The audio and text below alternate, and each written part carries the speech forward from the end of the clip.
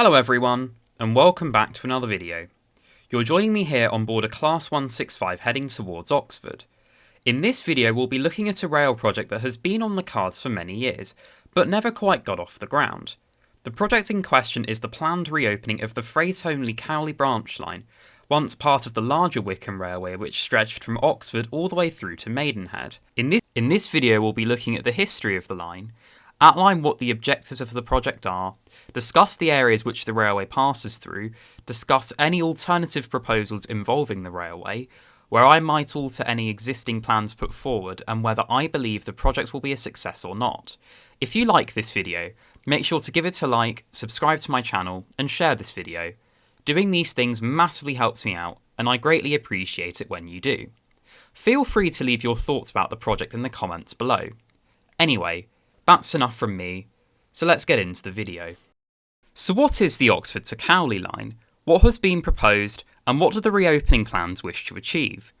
Well, as it stands, the line from Kennington Junction to Cowley is a rarely used single-track freight-only line used by a few freight services a day from BMW's plant Oxford,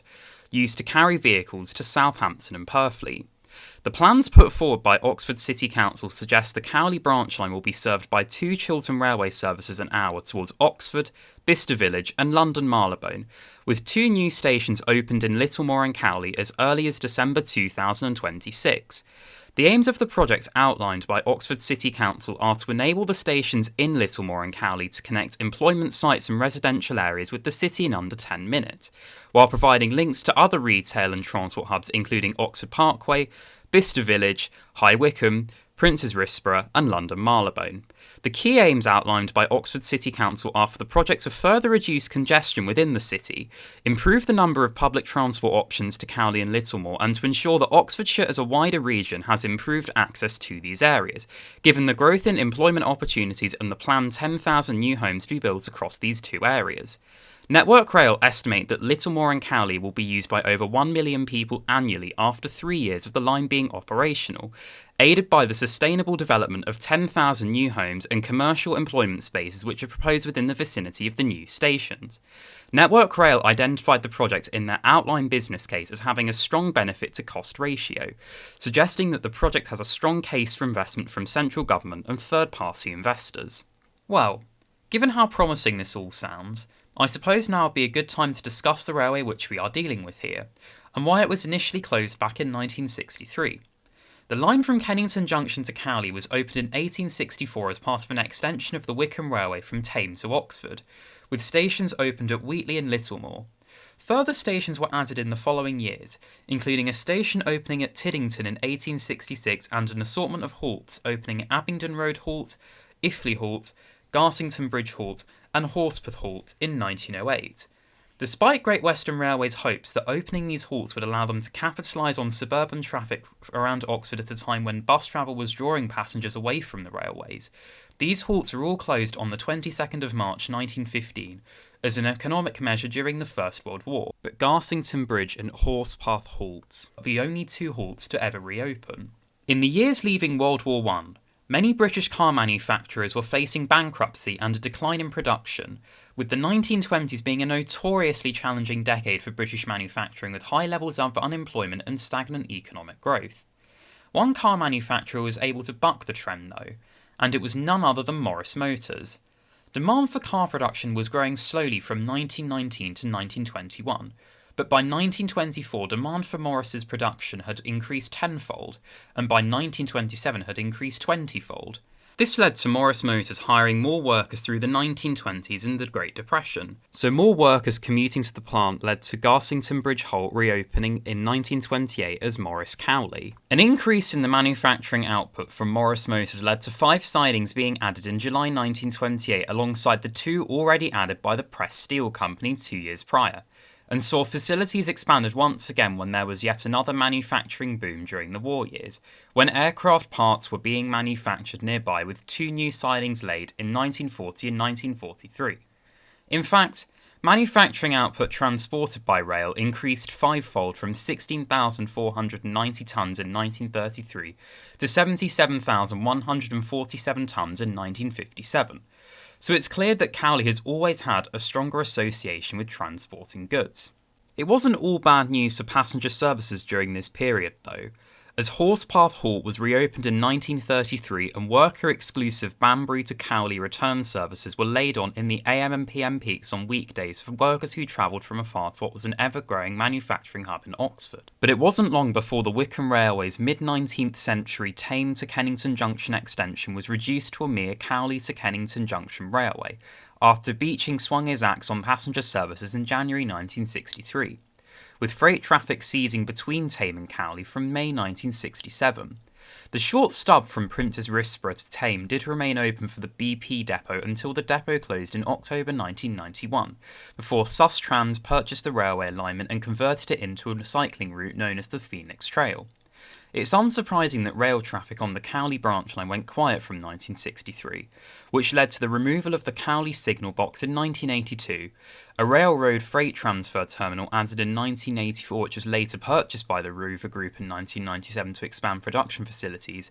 and 3 of the 11 freight sidings in Cowley removed in the early 1990s. The Morris Motors production facility is still known by many as Morris's, after successive mergers and acquisitions, but was renamed Plant Oxford after BMW sold Rover in 2000, and currently use the factory to manufacture Minis. As we established earlier, the line is rarely used, with the Cowley Branch Line only seeing a few freight services a day from Plant Oxford to carry Minis to Purfleet and Southampton, which has meant that, like the Dudding Hill Line, it has been prime for picking when it comes to reopening plans, given it is an underused railway which passes through populous areas undergoing substantial redevelopment. So now that we've addressed the history of the line, and a summary of what the project is promising, how about we discuss the areas which the line passes through? The first area we'll be looking at is Oxford, home to the world's most prestigious university with gorgeous buildings in every style of architecture since the Anglo-Saxons. The City of Spires has always had a mixture of industries based in the city, whether it be the city seeing an industrial boom in the late 19th century owing to the establishment of print and car manufacturing industries, the presence of education which has been at the forefront of the city for a millennium, or the more recent boom in science and technology based businesses popping up across the city. There's plenty to do in and around Oxford, whether it be taking a stroll around the Oxford Castle and Prison, go for a spot of window shopping in Westgate Shopping Centre, or visit the Botanical Gardens towards the southern end of the city. After all, it's no wonder why the city boasts 7 million tourists a year who contribute £780 million to the local economy annually and provide the city with year-round footfall. Turning our attention to the west of the city centre, we reach Oxford Station, the busiest station in Oxfordshire and 4th busiest in South East England, with over 6.5 million journeys made from the station in 2022. Oxford is the station from which Chiltern proposes extending their 2-hour London Marylebone to Oxford services from, towards Littlemore and Cowley, and a stop at Oxford enables interchange for onward journeys to be made towards Reading, London Paddington, Didcot Parkway, Bristol, Newcastle, Manchester and Bournemouth. As with any major railway station across the country, the station has an extensive number of bus services serving it. These include the 11 towards Watlington, the 280 towards Thame, and the X3 towards Abingdon. The next area we'll be looking at is Littlemore, the location of the first station to be reopened on the Cowley Branch Line.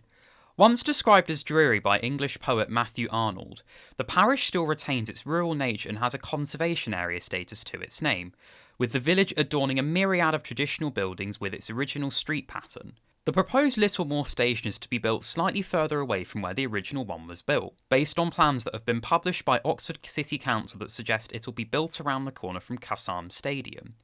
A station built in Littlemore will be of great importance, as Littlemore has been identified as one of 2 areas in Oxford in the worst 8% of areas in terms of transport-related social exclusion in the country, which needs to be addressed ahead of the proposed developments taking place in the area. One of those developments is the proposed South Oxford Science Village, a development off Grenaball Road which aims to build 3,000 new homes which will substantially affect Littlemore, and therefore requires improvements in public transport to ensure the local road network and existing public transport network don't become overwhelmed. Speaking of science parks, one of the jewels in Littlemore's crown is Oxford Science Park, one of Europe's leading science parks focused on supporting the ambitious growth of new and existing science and technology companies from the UK and abroad. 60 companies wishing to tackle metabolic disease, develop medical devices and key players in the pandemic are spread across the park, and have received £2 billion worth of funding since 2020. There's also Casam Stadium, Oxford United's home ground since 2001 that is just around the corner from the proposed station. Although Oxford United have submitted a planning application for a new stadium to the north of the city closer to Oxford Parkway, there might still be some merit in Littlemore and Cowley being linked to Oxford Parkway by rail, as it would mean football fans can travel across the city seamlessly, negating the need for shuttle buses to be deployed to carry fans from the suburbs. The planning application isn't to be considered until January 2025, so we don't know for sure if the stadium relocation is going ahead, but if it were to remain open then it would mean a direct rail link from the city centre to Casam Stadium, which carries similar benefits to if the stadium was relocated. As for public transport around Littlemore, honestly it isn't as good as the rest of the city, it has to be said. Littlemore Village is served by the half-hourly 3A and half-hourly 5A which head into Oxford, whereas Minchery Farm only sees the half-hourly 5A, and Sandford-on-Thames and Oxford Science Park only see the half-hourly 3A into Oxford, with all three of those areas only seeing an hourly bus service on a Sunday.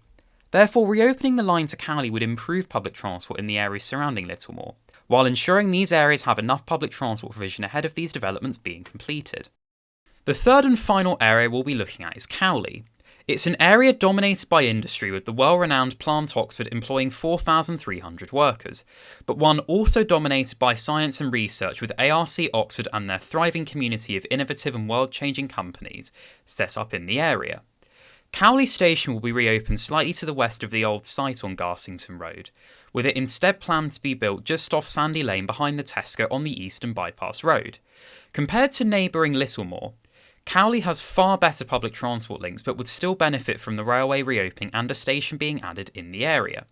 For one, as we addressed in my Camp Hill Line and West London Orbital videos, reopening a railway which links destinations that see high-frequency bus services between them is advantageous and decreases the reliance on using buses to make longer-distance journeys. The 1 and 5 which operate between Oxford and Blackbird Leys are excellent examples of this, where Stagecoach Oxfordshire and the Oxford Bus Company provide a combined peak hour 5-minute frequency between Oxford and Templars Square and Blackbird Leys. Blackbird Leys is home to 13,000 residences and is on the doorstep of the proposed Cowley station site, which could mean a modal shift from bus to train for those living in Blackbird Leys travelling into Oxford, allowing for some of the existing resources on the frequent 1 and 5 to be diverted away from this corridor and instead used to boost connectivity to the station from the surrounding areas, which aren't as well linked. As we saw with Littlemore, there is also a focus on science and technology oriented businesses, given Cowley is home to the ARC Oxford, which is a business park home to over 35 leading science, tech and innovation businesses, as well as it being home to a David Lloyd's, a shopping centre, a Premier Inn and the Oxford Works. There's also the proposed redevelopment at Sandford Gate, which is sandwiched between the Eastern Bypass Road and Sandy Lane West, which proposes 3 new office buildings that aim to create 1,045 new jobs, provide a learning lab dedicated to local schools and will help improve the local cycle infrastructure and create a place that is safe, inclusive and accessible, and promotes the health and well-being of the users of the site in the local community. All in all, the benefits of establishing a railway station in Cowley are clear, as it will help support the developments taking place within the immediate vicinity of the station, will decrease journey times from Oxford to Blackbird Leys and Cowley, and helps improve connectivity to the existing STEM companies and industry which inhabit the area. So now that we've discussed each station set to open and the areas each station will serve, where might the project fall short, and what improvements could be made as a result? The first point I'd like to address is the frequency of the service. The proposal suggests that Littlemore and Cowley would only be served by 2 trains an hour, a frequency I'd argue is slightly too low for a suburban rail service when you factor in the alternatives that currently exist in these areas. You could make the argument that Littlemore has a low bus frequency anyway, and a half-hourly Chiltern Railway service into Oxford when put up against the 4 buses an hour 3A and 5A might be more appealing. But from areas surrounding Cowley, as we established, the 1 and 5 have a combined every 5-minute peak hour frequency into Oxford, so if you were travelling from Blackbird Leys or Templars Square, is there much of an incentive to switch from the bus to catching the train from Cowley? I'd argue that there wouldn't be as much of one, especially as the 11X from Cowley transports passengers into Oxford city centre in 15 minutes. So how many local journeys will be made using the reopened Cowley Branch Line? Or will all journeys made be to or from destinations slightly further afield? It's worth mentioning that the line has only ever been single track, with no provision for any doubling to occur, unlike the North Liverpool extension line. So I doubt without any line-side properties being purchased which would raise the cost and potentially weaken the business case, the line will probably stay at every half an hour for the foreseeable future. The second point I'd like to address is that there are no electrification plans for the line as of yet. Given Oxford Bus Company and Stagecoach Oxfordshire have procured 159 brand new electric buses between them, it seems slightly counterintuitive that a new railway opening in the city wouldn't be electrified, given the steps that have been taken to electrify the local bus network. But electrification isn't especially cheap, and electrifying the line could lead to the project becoming financially unviable. An alternative could be Chiltern procuring more environmentally friendly rolling stock, which has already been explored previously through their recent bid for new existing or converted battery electric multiple units, which may be preferable to electrifying Oxford to Cowley. The final point I'd like to address is the number of stations opened along the line.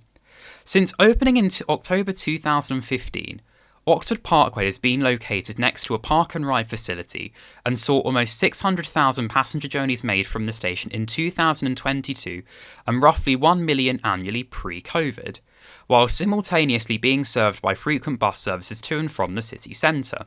So it begs the question, could the success of Oxford Parkway be replicated near Redbridge Park and Ride, where a station is constructed atop the old Abingdon Road halt, as this would mean faster journey times into Oxford Station? I'm honestly not too sure, given the service level is higher on the Cherwell Valley line compared to the Oxford to Bicester line, so it may not be possible to path 2 extra calls an hour in each direction to serve a station built on or near the existing Redbridge Park and Ride site. So now that I've touched on where I believe the project may fall short and what could be improved, what other reopening proposals has the Cowley Branch Line seen or been a part of since the culling of passenger services in 1963? The one that sticks out to me the most is Chiltern Railway's desire in 2000 to reopen the entire Kennington Junction to Princes Risborough line, to allow Chiltern to compete with the London Paddington to Oxford service operated by Thames Trains, by operating 3 trains an hour from London Marylebone to Oxford via Princes Risborough and Tame. The project was forecasted to cost £250 million and 18 miles of track needed to be relaid, so the more cost-effective decision was inevitably taken ahead in 2009 to instead construct a chord from the Chiltern Main Line just south of Bicester North to the Oxford to Bicester line to allow for London Marylebone to Bicester Village and Oxford services to be introduced. While it would have been nice to have a reinstated railway to towns and villages across Oxfordshire, such as Tame and Wheatley, a station was opened 2 miles to the north of Tame at Haddam and Tame Parkway on the Chiltern Main Line, which seems adequate and sees an hourly service to Oxford anyway. Given the extensive development atop the old alignment between Cowley and Princes Risborough that occurred in the years following the closure of the line, it would be a job and a half to reinstate the link nowadays and would probably cost a lot more than £250 million, that's for sure. So I suppose you'll now all be wondering whether I believe the project will be a success. I'd like to think it will be, but how many local journeys will be made on it? That's what I'm a little cynical about. It will certainly improve connectivity to areas which have undergone redevelopment and seen an increase in job opportunities, particularly in the STEM field, as well as areas that have seen a lot of new housing being built and could very well find itself achieving the passenger numbers predicted by National Rail, as well as aid with reducing congestion heading into and leaving Oxford. So I believe there's a good chance this will be a success. So now I'll pose the question to you guys. What do you think of the Cowley Branch Line reopening? Do you think the project will be a success? And what adjustments would you make if you were able to? Leave your suggestions down in the comments section below, as I really enjoy reading about what you all have to say. If you liked this video, make sure to like it, subscribe to my channel, and share this video. Doing these things massively helps me out and I greatly appreciate it. Anyway, that's it from me. Take care, folks. See you in the next video.